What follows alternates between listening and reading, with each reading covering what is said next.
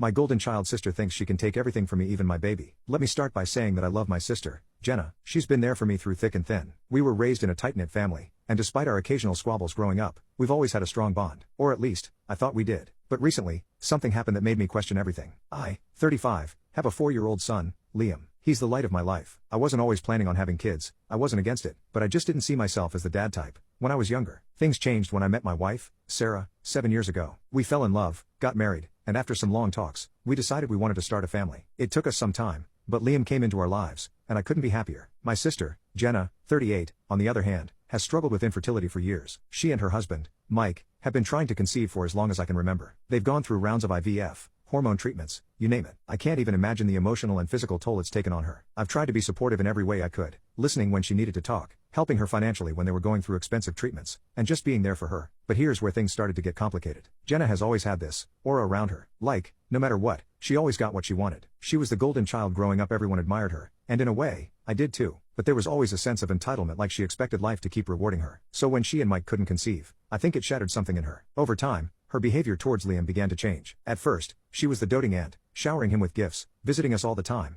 and offering to babysit whenever we needed a break. But gradually, her comments became more possessive. She'd say things like, "You're so lucky to have him. I wish I could just keep him for a few days." Or, "If Liam were mine, I'd do XYZ with him." I chalked it up to her frustration with not being able to have kids of her own and let it slide. I didn't want to make things harder for her than they already were. Then, about 6 months ago, Jenna and Mike announced they were looking into adoption. Sarah and I were overjoyed for them. I thought this might be the turning point where she could finally move forward and find some peace. But after a few months, Jenna started making more intrusive comments about Liam. She'd ask if he could stay over for extended periods or if she could take him out for the weekend, to give us a break. She even started calling herself Mommy Jenna, in front of him, which made me and Sarah deeply uncomfortable. We tried to brush it off as a joke, but it started happening more frequently. The breaking point came a few weeks ago when Jenna came over for what I thought would be a casual dinner. Everything seemed normal at first. Liam was playing in the living room, Sarah was setting the table, and we were all chatting. But then, out of nowhere, Jenna said something that stopped me in my tracks. She said, "I've been thinking, and I think it's only fair that you let me take Liam for a while. I deserve this. You've already got what you wanted, and I've had to fight for everything in my life. I don't see why I can't have this too." I was stunned. I didn't know if I'd heard her right at first. She looked at me like what she said was the most reasonable thing in the world. I could feel the tension rising in the room. Sarah's face went pale, and I could see her gripping the edge of the table. I tried to stay calm. I asked her, "What do you mean by that,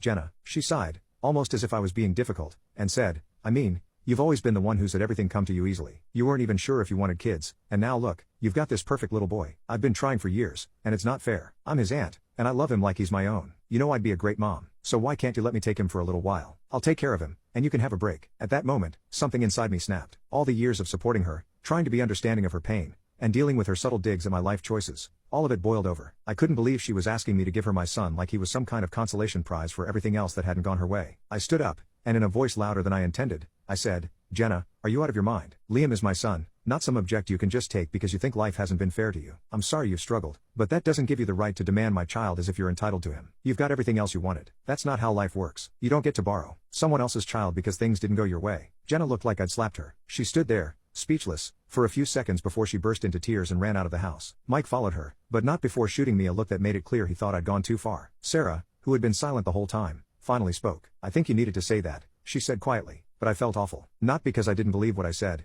I absolutely stand by my words, but because I never wanted it to come to this. I never wanted to hurt my sister, especially given everything she's been through. But how could she think that taking Liam would ever be okay? Jenna hasn't spoken to me since. She's blocked me on all social media, and even my parents have been hesitant to get involved. They told me Jenna is going through a hard time and I should have been more understanding, but I'm struggling to see how I could have handled that situation any differently.